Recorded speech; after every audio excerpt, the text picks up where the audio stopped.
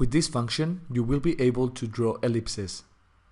To do this, click on the ellipse icon and then click somewhere in the viewport to indicate the center of the ellipse. Now you can move the cursor to indicate the direction and the length of the first radius. To confirm the first section of the ellipse, you can either click or type a value. Then you can move the cursor to click or type the value of the second radius. To draw another ellipse, all you have to do is repeat this process.